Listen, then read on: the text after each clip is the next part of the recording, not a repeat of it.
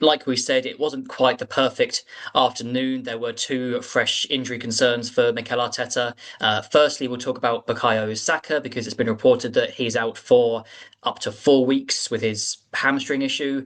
And I've seen two sides of the argument here. Some people saying that okay, it's not so bad because it's not 3 months like it was last season. He will miss, I think, Liverpool, of course, and then maybe City and Newcastle as well. But some people are saying that Arsenal have got cover. He's only out for up to a month. It's not so bad. And then the other side saying that still Saka being out for however, just missing one game, especially a critical game like Liverpool, is still a huge, huge blow. What side of the fence are you on with that? Well, it is a huge blow, missing Saka because he's so important. Of course, it's a blow, but I think Arsenal need to move on from being able to, being so reliant on a player that if he does miss a game, it's just seen as, an absolute catastrophe. And I don't think it is now. And I think that says a lot for the work that Arsenal have done in the transfer market to put themselves in this position.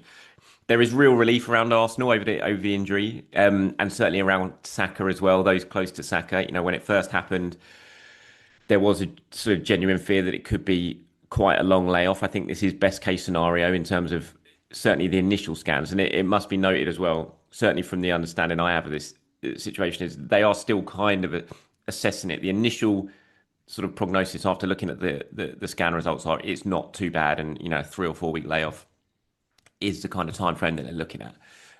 But it is still relatively early in that time frame, so things could change at that point. But there is a sense of relief around Arsenal and certainly the players, including with Martin Odegaard as well, that it is best case scenario really. Which at the time that the injuries happened, I think there was more of a sense of these could be pretty bad.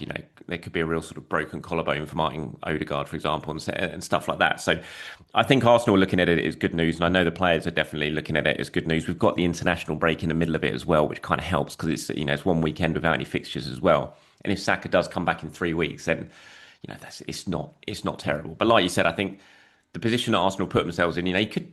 He's not going to do it, but you could effectively play Max Dowman there against Liverpool. He won't do that. It'll be Madueke on the right, and then you've obviously got a decision to make on what you're going to do over on the left-hand side. But the options are there for Arsenal. Good. They've worked so hard in the market and building up this squad and put themselves in a position when they can cover for the absence of some big name players. So yeah, it's disappointing. It did put a slight dampener on what was otherwise a perfect day on Saturday, but there is definitely a sense around the place this morning and yesterday morning that they've got away with, something that could have been potentially worse. Yeah, just on that Downman point quickly, imagine him and Rio Ngamoa both starting this weekend, combined age of 31 on that flank. It's ridiculous to say, but Good friends as well. I saw yes, yeah, I Downman think congratulating him yesterday on social yes. media. Yeah, that's lovely to see young players supporting each other, absolutely. But like you said as well, with you mentioned Martin Odegaard there, he's got that shoulder concern. There's not been too much reported on his condition yet. It's still a bit, uncertain ahead of the weekend.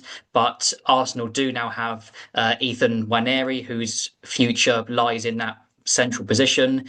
Like I say, we're recording this on Tuesday. There's still no, reliably reported or public information about Odegaard's problem, but say that he does miss this Liverpool game. Could this really be a coming of age moment for Ethan Nwaneri? Could be if he plays. I'm intrigued to see what Mikel's going to do if Martin doesn't make it for this game. And at the moment, as far as I'm aware, all I know is that he's still considered a doubt for this game. I haven't been told he's definitely out of it, but we'll wait and see on that. You would think he's probably unlikely he features, but we'll wait and see. I hope he goes with Ethan. I have to say, I think Ethan played well when he came on and played in that position against Leeds. Doing it at Anfield's a whole new ball game, obviously, but it would be an enormous show of trust in Ethan to be able to play that role. Do everything that is demanded from the player playing in that role in terms of leading the press and doing everything like that. Last season I don't think he would have done it. He would have gone safe, I think, and played Mikel Merino, someone like that.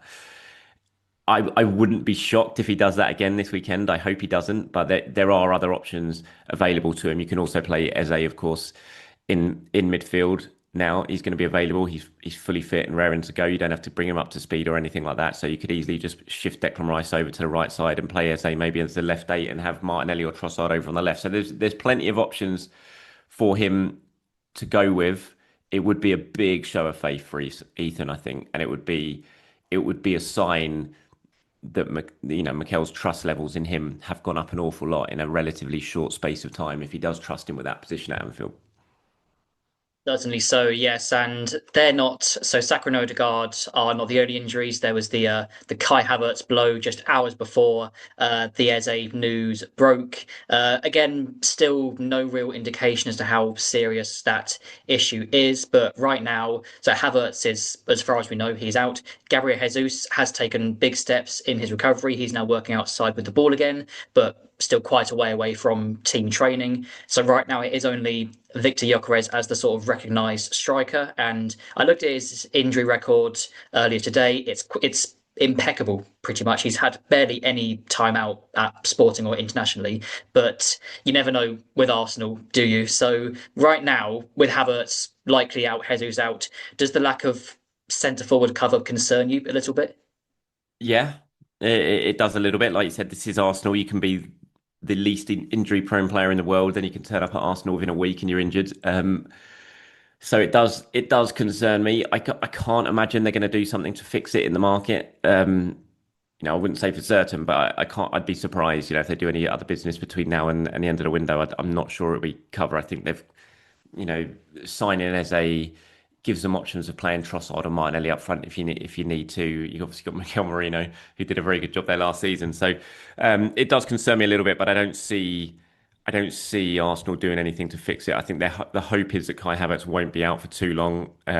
We're still in that sort of 2 week period at the moment where they're just letting the injury just try sort of heal itself, and then after a couple of weeks, from what I've been told anyway, is that then they'll really assess it again and have a look at it, see how it's done in the last 2 weeks, and then they'll decide on the best course of action from that point. So we're still in a little bit of a waiting game when it comes to Havertz, but it's a massive blow. That it is a massive blow. Havertz is such an important player, such an underrated player by so many people, not just outside Arsenal but inside Arsenal as well. I'm really, really surprised at how undervalued he is by some sections of the supporters at Arsenal. He's so important to this team, and he was back. He was looking so strong, physically strong.